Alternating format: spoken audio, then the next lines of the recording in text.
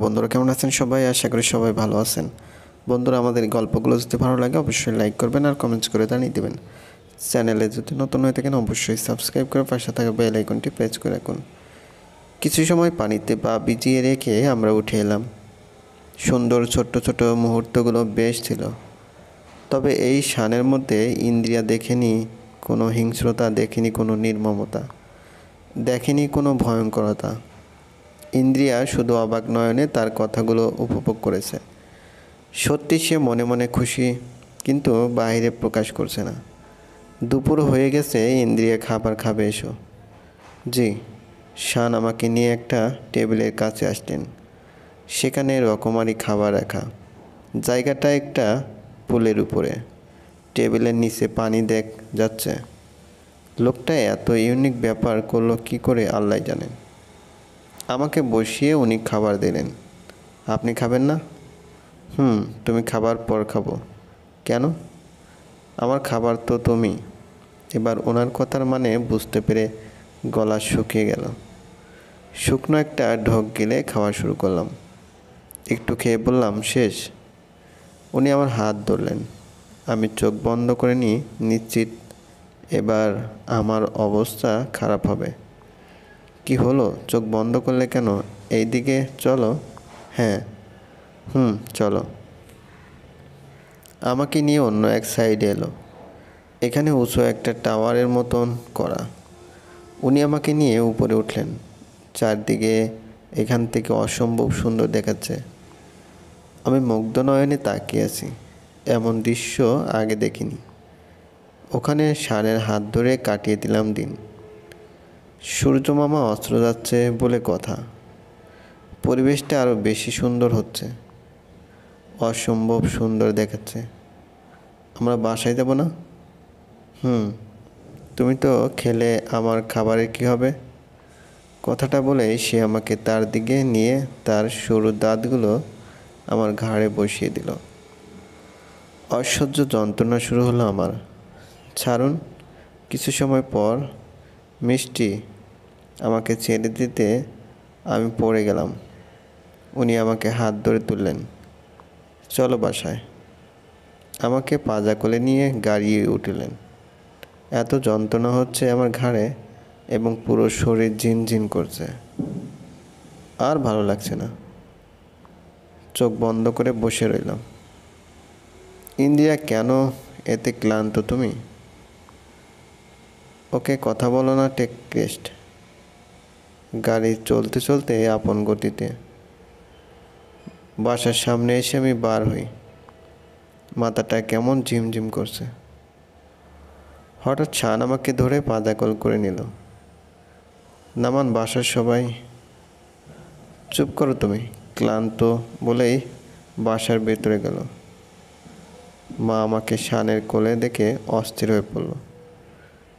কি হয়েছে বাবা ওর? কিছু না, ক্লান্ত শুধু। ও। শান আমাকে ঘরে এনে শুয়ে দিল। কাল গায়ে হলুদ, তাই খাওয়া দাওয়া করে সুস্থ থেকো, আজ আসি বলে আমার কপালে চুমু এঁকে চলে গেল। আমি তখন ঘুমের রাজ্যে চলে গেলাম। চলবে। গল্পটি ভালো লাগলে অবশ্যই লাইক করবেন আর কমেন্টস করে জানিয়ে দেবেন। চ্যানেলে যদি নতুন হয়ে থাকেন অবশ্যই সাবস্ক্রাইব করে পাশে থাকা বেল আইকনটি প্রেস করে রাখুন। একটা টিউশনি করবে? কোথায়? 16 শহর। ছাত্রী না ছাত্র? ছাত্র। 8ম শ্রেণীতে পড়ে। ছাত্র পড়াবো না। বিরাট পুলিশ অফিসারের ছেলে, বাবা ডিআইজি। ভালো বেতন দেবে, ভালো নাস্তা পাবে। আরে এত বড় পুলিশের ঝাড়ুদার হতে পারাও ভাগ্যের। সুপারিশে চাকরি হয়ে যেতে পারে।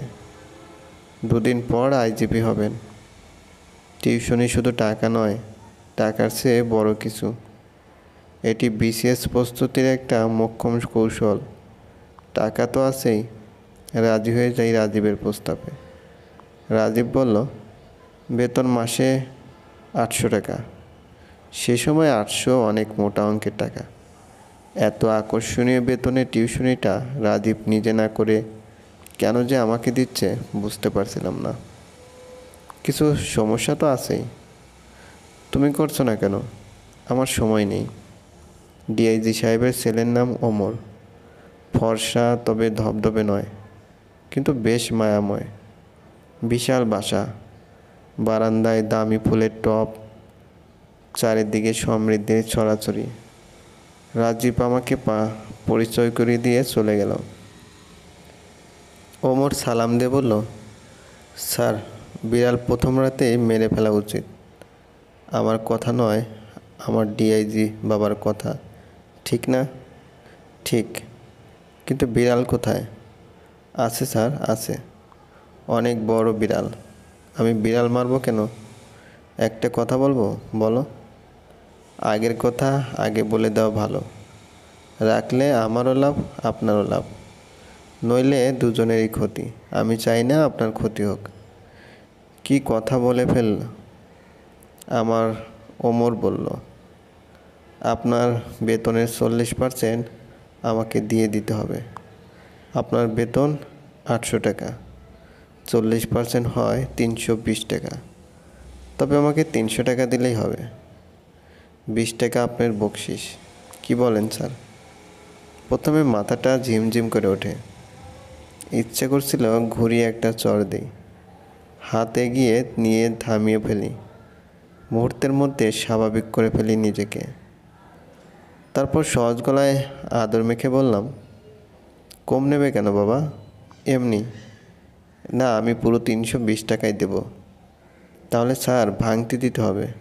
আমি 100 টাকার নিচে ভাঙতি রাখি না। তাই হবে। বিচিত্র অভিজ্ঞতার আশায় আমার মনটা ফুরফুরে হয়ে ওঠে। মজার হবে টিউশনিটা। দেখি কত দূর যেতে পারে ওমর। মাস শেষ হওয়ার কয়েকদিন আগে আমি একটি খামে করে 320 টাকা ওমরের হাতে তুলে দিই। ওমর যথাসময়ে টাকা পেয়ে খুশি হয়ে হাসি দিয়ে বলল, স্যার, আপনি খুব ভালো মানুষ। আমি বললাম, তুমি আমার কাছ থেকে শিখছো আর আমি শিখছি তোমার কাছ থেকে। পরস্পরের বেতন যথাসময়ে দিয়ে দেওয়া উচিত। তাহলে শ্রমের মর্যাদা মাসের প্রথম দিকে হাসার সুযোগ পায়। ওমর বলল, থ্যাংক ইউ স্যার। সব মানুষ যদি আপনার মতো হতো। 4 মাস পর ডিআইজি সাহেব পড়ার রুমে এলেন। এতদিন তাকে একবারও দেখিনি। বেশ গম্ভীর চেহারা, দেখলে সমীহ আসে। চোখের চশমায় দামটা পুলিশের পোশাকের মতো ঝিলিক মারছে, হাতের ঘড়িতে আরও বেশি। তিনি ওমরে একটি খাতা হাতে তুলে নিয়ে দেখতে দেখতে বললেন, মাস্টার সাহেব, আপনার বেতন 400 টাকা বাড়িয়ে দিলাম। কেন স্যার?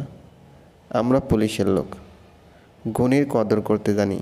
এ পর্যন্ত কোনো শিক্ষক আমার ছেলের কাছে 2 মাসের বেশি টিকেনি। প্রত্যেকে আমার ছেলেটাকে বকা দিয়েছে, মেরেছে, অশ্রাব্য কথা বলেছে। ছেলে কেবল আপনারই প্রশংসা করেছে। আপনি নাকি অনেক ভালো পড়ান। তিনি একটা কলমে একটা ডায়েরি আমার হাতে দিয়ে বলেন, এগুলো আপনার উপহার। Thank you sir. কলমটা ছিল সম্ভবত পার্কার। তখন তো আর মোবাইল ছিল না। ওই সময় পার্কার ছিল আমাদের কাছে স্মার্টফোনের মতো লোভনীয়। ডিআইজি সাহেবে চলে যেতে ওমর বলল, স্যার, তুমি কি কলম আর ডায়েরি হতেও বাক চাইছো? ওমর হেসে বলল, না স্যার, বস্তুতে আমার আগ্রহ নেই। টাকা হলে সব বস্তু পাওয়া যায়। তবে আমার পাওনা এখন 480 টাকা। আমি 80 টাকা নেব না, 100 টাকা নেব। তার মানে 500 টাকা। ঠিক আছে। খুব বেশি না হলে আমার বেশি দিতে কষ্ট লাগে না। তুমি আমার শিক্ষক, তোমাকে 20 টাকা বেশি দিতে না পারলে আমার জ্ঞান অর্জন হবে কীভাবে? ওমরের হাসিটা আরও বিস্তৃত হলো। কমিশন নিলেও পড়াপাড়ি বেশ ভালোই হচ্ছে। আরও 3 মাস কেটে যায়। এর মধ্যে আমার বেতন আরও 200 টাকা বেড়ে গেছে। ওমরকে এখন টাকা দিতে কষ্ট হচ্ছে না। জীবনে প্রথম শিখলাম দেওয়া নেওয়ার মাহাত্ম্য। ওমর একটা জীবন্ত স্মার্টফোন। সেদিন বাইরে খুব বৃষ্টি হচ্ছিল। ওমরকে অন্য দিনের চেয়ে বেশি আনমনা মনে হচ্ছে। বললাম, কি হয়েছে? স্যার আমাকে একটা কাজ করে দিতে হবে। কি কাজ? একটা চিঠি লিখে দিতে হবে। চিঠি তো লিখেই দেই, স্কুলের চিঠি নয়। কোন চিঠি? আমার প্রেমিকা, সরি স্যার, বান্ধবীকে দেওয়ার জন্য। কি লিখব? আপনার মতো করে আপনি লিখে দেবেন। আমি তাকে ভালোবাসি। তাকে না দেখলে বুকটা কেমন মোচড় খায়, কিছু ভালো লাগে না। সে খুব সুন্দর। চিঠি লিখে দিলাম গভীর ভাষায়, প্রেমের মমতায়। রাস্তায় এসে ইচ্ছে মতো হাসলাম। ওমর আর রেহাই পাচ্ছে না। বাসে উঠতে গিয়ে দেখি ফারহাদ, আমার ক্লাসমেট, এমদাদের ছোট ভাই। বিশ্ববিদ্যালয়ে প্রথম বর্ষে, সাবজেক্টটা ঠিক মনে পড়ছে না। আমাকে সালাম দিয়ে বলল, ভাইজান, আমাকে একটা লজিং দেবেন? আমি তো লজিং নিয়ে থাকি না। এমদাদের কাছে অনেকগুলো লজিং আছে। আমাকেও বলেছে কাউকে পেলে খবর দেওয়ার জন্য। তাকে গিয়ে বলো। বলেছিলাম দেবে না। কেন? সে আমাকে লজিং দেবে না। ফরহাদকে বিদায় করে নিজের রুমে চলে যাই। শুক্রবার বন্ধুদের নিয়ে বেড়াতে যাবার কথা, কিন্তু যাওয়া হলো না। ওমর খবর পাঠিয়েছে শুক্রবার তাদের বাড়ি যেতে হবে, তার শুভ জন্মদিন। কী নিয়ে যাই? অনেক চিন্তা ভাবনা করে ওমরের বান্ধবী নিহা নিশিতাকে দেওয়ার জন্য একটা চিঠি লিখি। ওমর চিঠি পড়ে এত খুশি হয় যে সে মাসের পুরো কমিশনটাই আমাকে ফেরত দিয়ে দেয়।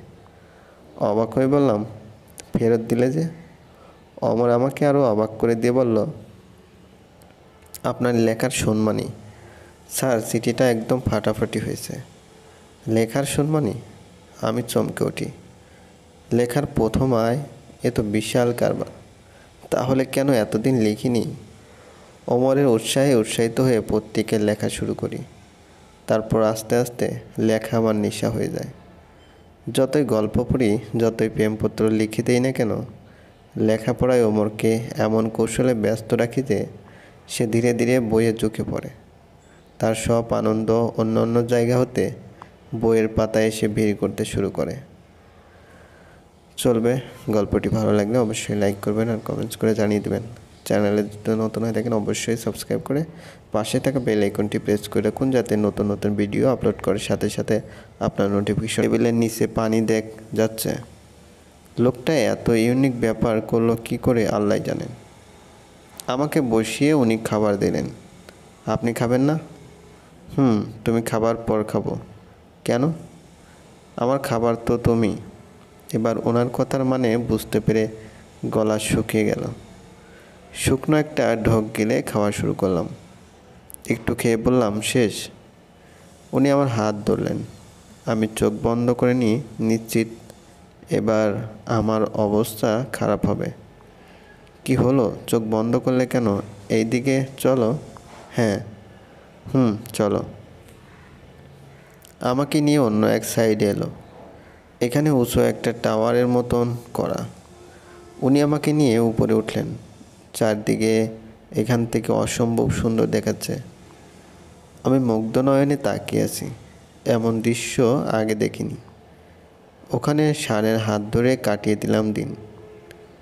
সূর্য মামা অস্ত্র যাচ্ছে বলে কথা। পরিবেশটা আরও বেশি সুন্দর হচ্ছে। অসম্ভব সুন্দর দেখাচ্ছে। আমরা বাসায় যাব না? তুমি তো খেলে আমার খাবারের কি হবে? কথাটা বলে সে আমাকে তার দিকে নিয়ে তার সরু দাঁতগুলো আমার ঘাড়ে বসিয়ে দিল। অসহ্য যন্ত্রণা শুরু হলো আমার। ছাড়ুন। কিছু সময় পর মিষ্টি আমাকে ছেড়ে দিতে আমি পড়ে গেলাম। উনি আমাকে হাত ধরে তুললেন। চলো বাসায়।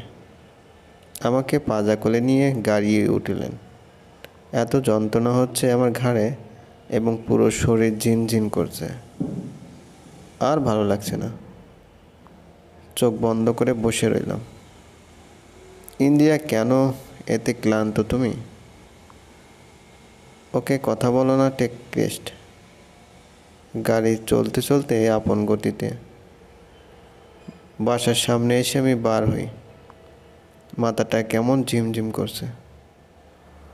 হঠাৎ শান আমাকে ধরে পাদাকল করে নিল। নামান, বাসার সবাই। চুপ করো তুমি, ক্লান্ত বলেই বাসার ভেতরে গেল। মা আমাকে শানের কোলে দেখে অস্থির হয়ে পড়ল। কি হয়েছে বাবা ওর? কিছু না, ক্লান্ত শুধু। ও। শান আমাকে ঘরে এনে শুয়ে দিল। কাল গায়ে হলুদ, তাই খাওয়া দাওয়া করে সুস্থ থেকো, আজ আসি বলে আমার কপালে চুমু এঁকে চলে গেল। আমি তখন ঘুমের রাজ্যে চলে গেলাম। চলবে, গল্পটি ভালো লাগলে